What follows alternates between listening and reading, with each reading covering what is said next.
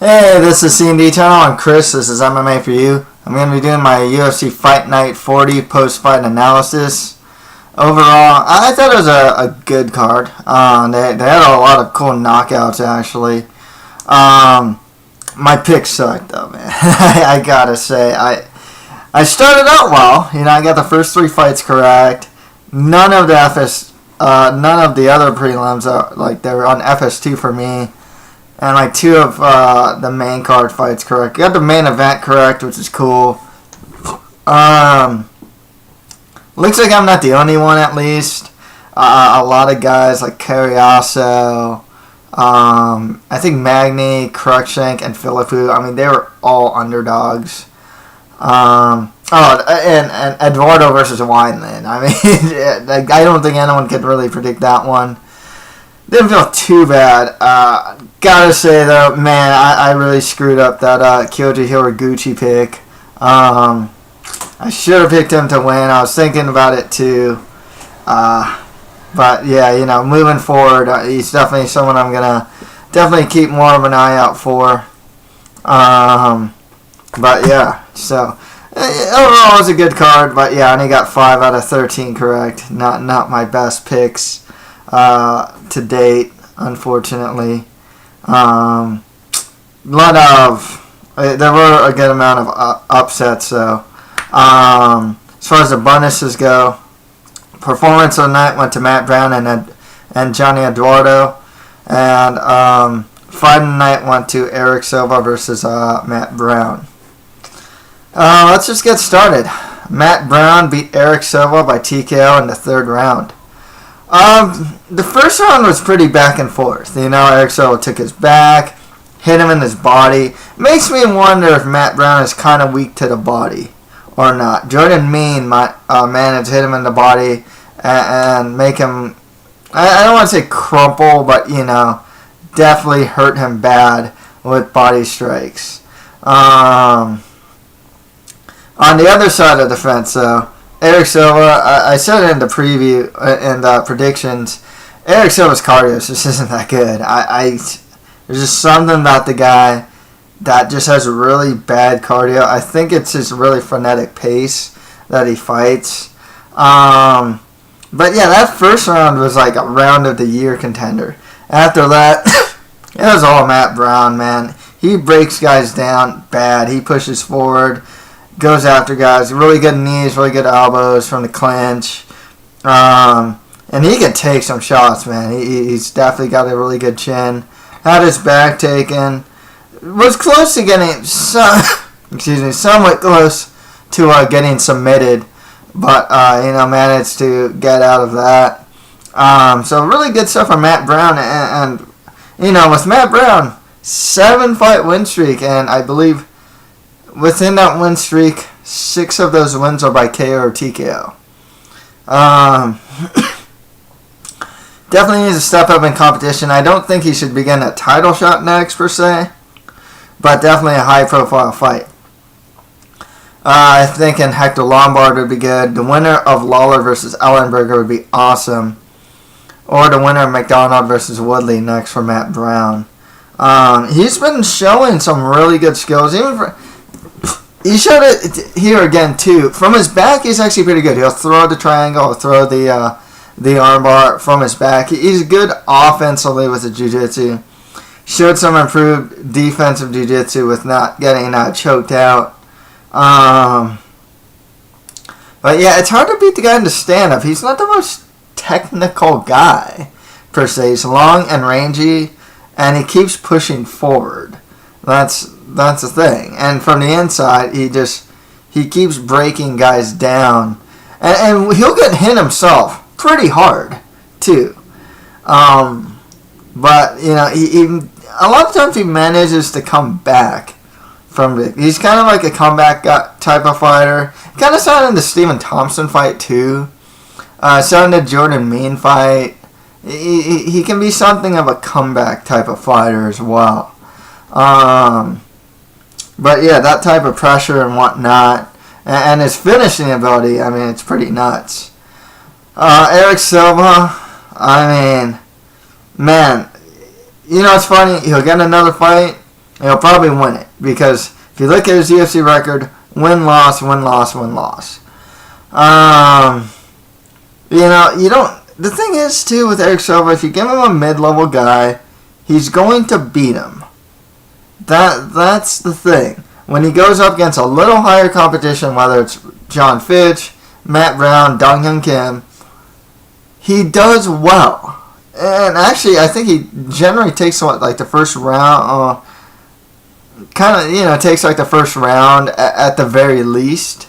But then he starts to fade and then loses to such guys. He showed a really good chin, man. He was taking some shots, but man, he just, after a while, it was just like, he probably couldn't stand up, man. There were times when it looks like he had a hard time staying standing. And that's the problem. But once again, that's the problem with Eric Silva. He's in that category where he beats the mid-tier guys pretty easily. Beat Jason High, Brenneman, he beats them easily. But then the top guys he doesn't beat that easily. I think a good next opponent for him would be John Hathaway, probably.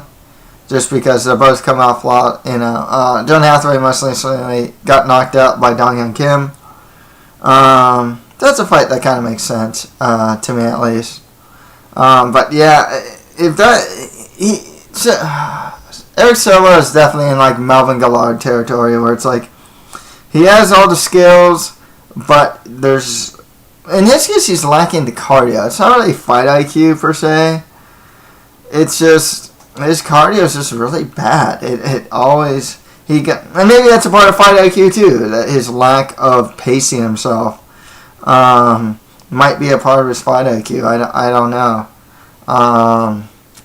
But yeah, it's really tough to say if Eric Silva will ever break into that top 10. It's honestly crazy that Matt Brown broke into top 10. I mean, he was coming off this 3 or 4 fight losing streak. Most of those losses by submission. He looked like the most perpetual mid-tier fighter out there. I mean, seriously, the guy just was so mid-level, You didn't really see, and the thing is, you didn't really see top 10 skill in Matt Brown.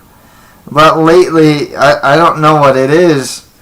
He's kind of the same guy, but more intense or something. I mean, I think he's better at knees and elbows now from the inside. He still kind of fights that same way, though, that he's always fought. He pushes forward, can take a lot of hits, very aggressive fighter. But yeah, he's shown himself to be something of a top 10 guy now, and he's on a 7-fight win streak.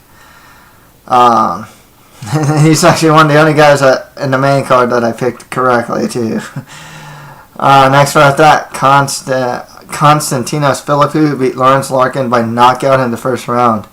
This was a fun fight while it lasted, and these guys are throwing some heavy shots at each other. One thing that was really interesting, though, is if you see Larkin hit Philippou clean, Philippou just kind of takes it and keeps going. When Larkin gets hit, you can see visibly that he's not just taking it. It is badly affecting him. And this was a must-needed win for Philippou, too, There are a lot of people that didn't expect him to win. I thought that Lawrence Larkin would utilize more kicks. Didn't really happen, and Philippou was really good at going inside and closing the distance, and just throwing bombs, man. I mean, seriously, he was just mean here, man. Like I said, a much needed win. He actually talked about retirement. I think if he lost or something like that, because he was on that 2-fight losing streak.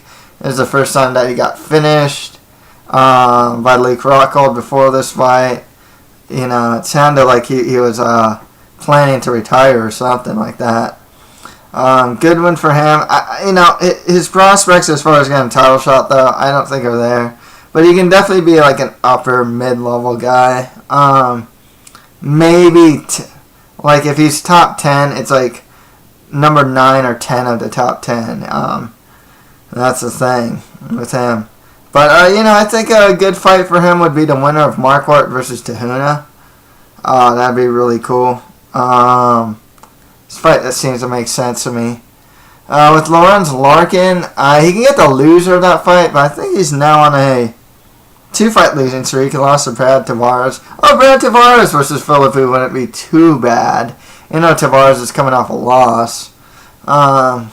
They could do like Philippou or Yoel Romero, but I think Romero needs to step up. Larkin. Who can he fight next? I don't know, someone like a Cesar Mutanch would work.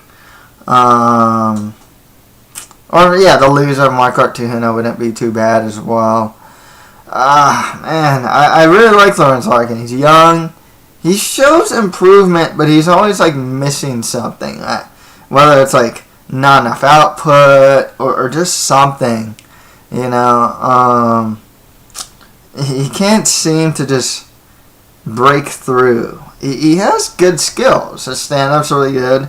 His grappling and wrestling are overall just improving. He has solid enough takedown defense, But yeah, for some reason, it's just he just can't break through. Hopefully, he's still 27, 28. Hopefully, he can. In the future, he'll put it all together. But right now, it just doesn't look like he has. Next fight with that, Darren Cruikshank beat Eric Koch by TKO in the first round. A lot of people picked Koch to win this one. I did too. But Cruikshank, man, right kick, left punch, left kick combo. I think that was a combo that finished. That started the ending sequence. Great combinations from Cruikshank. The thing is, he's getting wins and emphatic wins, so it's kind of like you got to give him a step up in competition. Something got a guy like a Masvidal or the winner of Barboza versus Dunham. Next would be pretty good. I don't know if I have a lot of faith in him being anything more than he is, though. Not trying to insult him, he just seems like I don't know if you can really call him an up-and-comer or action fighter. The jury's still out for me. It wasn't too long ago he just lost to Adriano Martins. Lost to McDessie. He has a mixture of losses, wins and losses against mid-level competition. Eric Koch, though, man, he's still young. But, it just, I think it's his defense, I guess, that isn't doing it. He's a good fighter, good grappler, good kickboxer, but, he just, in featherweight, there's a level he couldn't get past. He couldn't beat, Lamas or Poirier. And it looks like in lightweight, he just lost to Cruikshank. He's still young and can still improve. He trains on the Rufus Sport too, but I think his record's 2. He's only won 2 of his last 4 or something like that. But yeah, just give him more lower to mid tier guys next. Something's also got to be said about the reffing in this fight. When he got head kicked. Eric Koch got head kicked, and then I think after the first 1 or 2 punches, Eric Koch was out, and then he woke up, and then he just kept getting pounded. I feel most of the time, I'm not against late stoppages. Because it's a little more definitive, and some people probably don't have too much of a problem with this. It's not that, I guess if you're looking from a safety aspect and whatnot, it's not the worst thing. Well, if you're looking at it from a safety aspect, actually it is pretty bad, because he's out, and then he's getting hit again and again, which is really bad on the brain. But I thought that it was actually stopped a little too late, to be perfectly honest with you.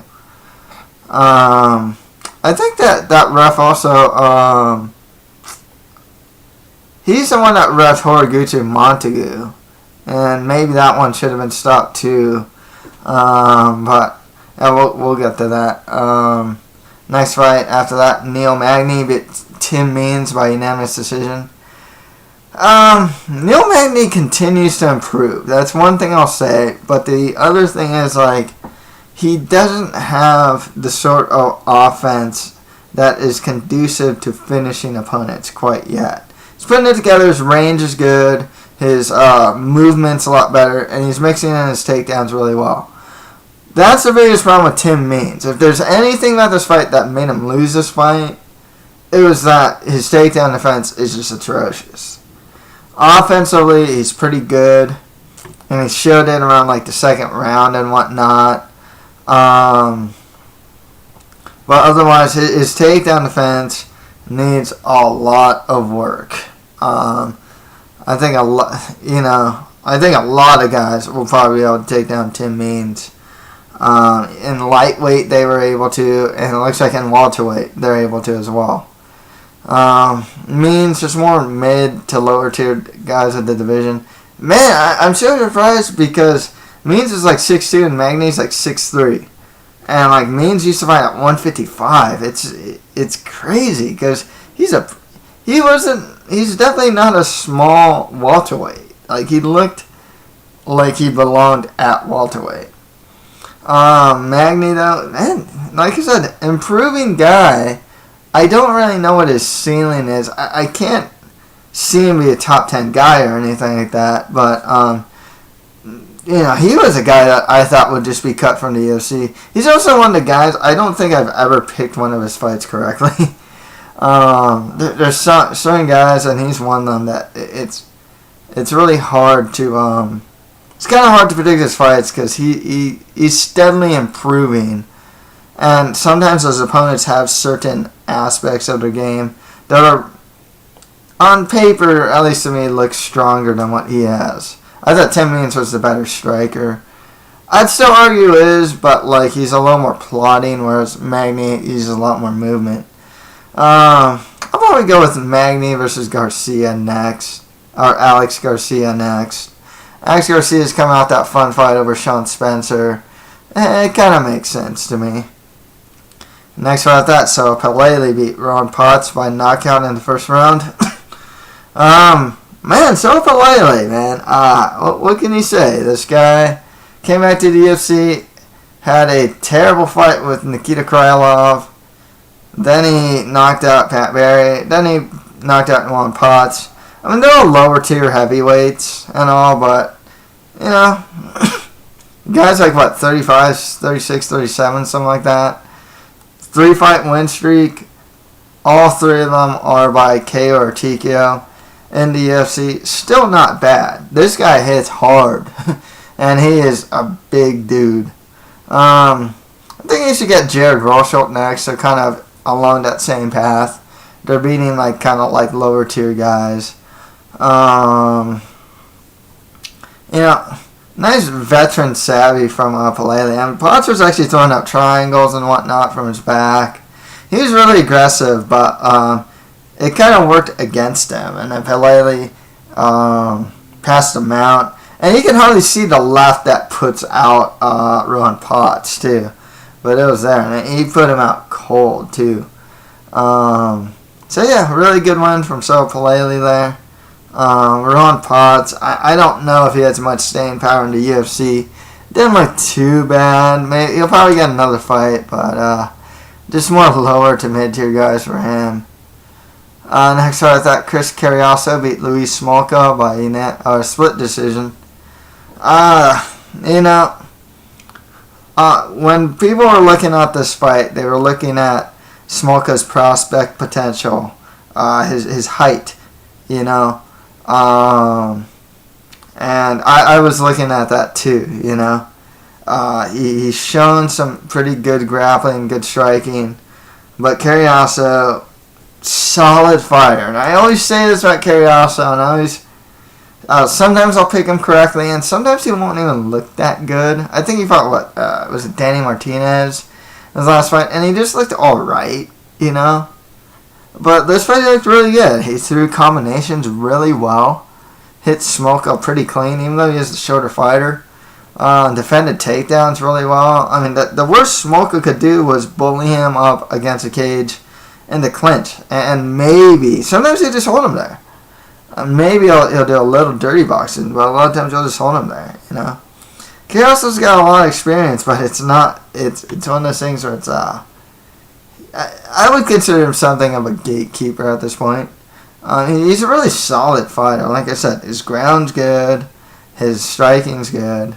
But I don't really see him ever getting a title shot. So I'd probably match him up against a guy that isn't going to get a title shot.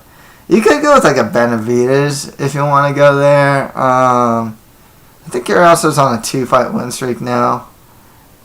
And it's one of those inconsequential fights, you know. If not, there's like the winner of Lineker versus Oskalik. If you want to do, Kyrgios gets the winner of Scoggins versus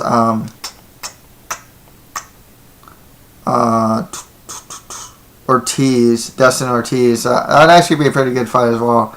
I'm super high on Justin Scoggins though, but I think that'd be a pretty good fight. Smolka, just more lower to mid-tier guys of the division. You know, he's a good fighter. He's still a good prospect. In hindsight, just a little too much too soon. Okay, on to the prelims. You have Ed Herman beating Rafael Natal by unanimous decision. I was actually surprised at his unanimous decision. And that clear cut for Herman, to be perfectly honest with you. I think there was some argument for Natal in that fight. What can you say about these two, though? They are the most, like, Ed Herman has been stuck in, like, UFC middleweight mid-tier purgatory forever. And even though he beats, like, a Rafael Natal, he'll lose to Atellus Leites. He'll lose to, geez, who else has he lost to? I know he lost to Belcher a while back. You know, he'll win some, he'll lose some. He definitely is just a guy stuck in mid-tier purgatory. It's really tough to say who you give him next. You know, it's just, I guess you can give him like some up-and-coming prospect, like a Sean Strickland or something. Hey, Sean Strickland at Herman would be pretty cool. Actually, Natal, you know, there's more lower to mid-tier guys in the division for him. He can beat some. He can generally beat some of the lower tier guys. Sometimes he'll lose to them too, you know. As far as the fight goes, Natal was going for some pretty sloppy takedowns. His gas tank isn't that great. He did manage to get Herman down, I think, in the first, and I think he managed to get him down again too. But I thought the striking would go a little more towards Natal, but it was a lot more even. Arguably even more towards Ed Herman. So yeah, it's the thing with like guys like Herman and Natal at this point is like they're not really prospects anymore. Herman's something of a gatekeeper. Natal's starting to get around that range too. They're just such like mid-tier guys. You know, I don't know how else to say it. Next fight after that, Kyoji Horiguchi beat Daryl Montague by unanimous decision. Oh man, I wish I picked Horiguchi. This is the one pick that made my, like, you're predicting fights and you're kind of confident in some. I definitely should have leaned a little more towards Horiguchi here. I know most people did. I thought, excuse me, it's probably like one of the only guys that picked Montague to win. There's something to be said about a guy after the first or second round and Montague wobbling to his corner. We're seeing it a little more these days in the UFC.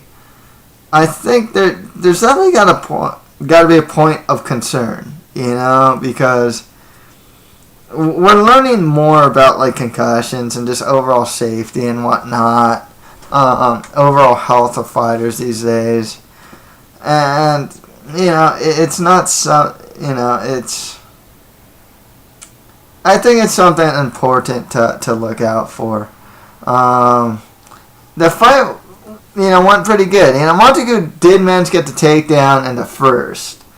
Couldn't do much with it. Horiguchi he was good at scrambling. Good at avoiding punches when he was on the bottom, actually.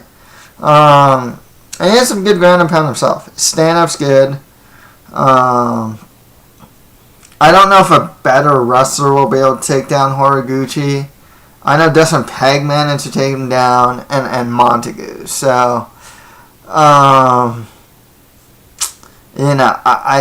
have yet to see Horiguchi against like a really strong wrestler, but his stand-up's good. So overall timing of his strikes is pretty good as well. He seemed to be fading a little bit in the third. Montague was getting some clean hits, but otherwise, good win for Horiguchi. I think he should get the winner of Lineker versus Auskalik next. With Montague, 2-fight losing streak. Didn't look too great in both of these outings. I mean, he showed a lot of heart here, so I think they'll keep him. Just more lower to mid-tier guys in the division for him. Next fight after that, Zach Cummings beat Jan Cabral by unanimous decision. Man, Zach Cummings is just... I don't think I pick Zach Cummings fights really well either. His stand-up still needs a lot of work. He is huge for a welterweight. I mean, and it showed. I definitely don't give him a lot of credit. And he does have a good ground game, too. He can definitely survive. He even took Jan Cabral's back in the third. Cabral's cardio did not look very good. Cabral looked really good in the first round, but after that, it's kind of downhill for there. I think Cabral should have actually tried to stand up more with Cummings. His stand-up actually looked like it was having some success. He seemed to have elected to want to take the fight to the ground. With Cummings, it's more lower to mid-tier guys at the division. Same with Cabral. The next fight after that, Johnny Eduardo beat Eddie Wineland by TKO in the first round. I don't think anyone predicted this, man. Someone told me that Johnny Eduardo is actually the striking coach for Nova União. I didn't know that. So I all know he has like really good striking. With Wineland, he's been in the game for a while. He has a really good chin. Everyone knows his boxing, and he's always a top 10 guy. So this is such a surprise to see him lose to a very much unranked Johnny Eduardo, who's coming off a 2-year layoff. But I liked what I saw from Eduardo, but he's not a prospect, He's like 35 years old. Showed some really good head movement. If you actually watch the beginning of the finishing sequence, like Eddie Wineland was trying to counter, but Eduardo was actually slipping his punches really well. It's a pretty brutal knockout too, actually. Just good stuff from Eduardo. I liked what I saw defensively and offensively in the stand-up.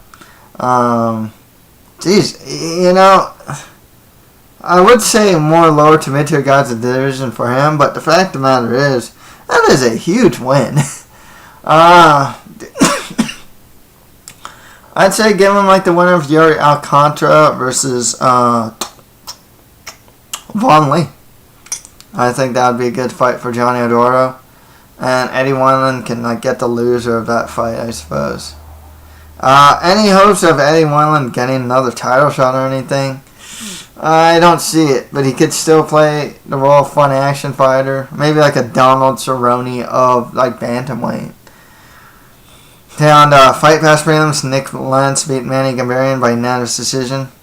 Lentz looked good, Played his game, his usual game of overbearing top control and clinching and whatnot. And showed some improved striking. Manny didn't look too bad. But yeah, Manny's on I think his last fight's a no contest, so I think they might keep him. But yeah, Gambarian, he needs a win. Just more lower to mid-tier guys in the division for him.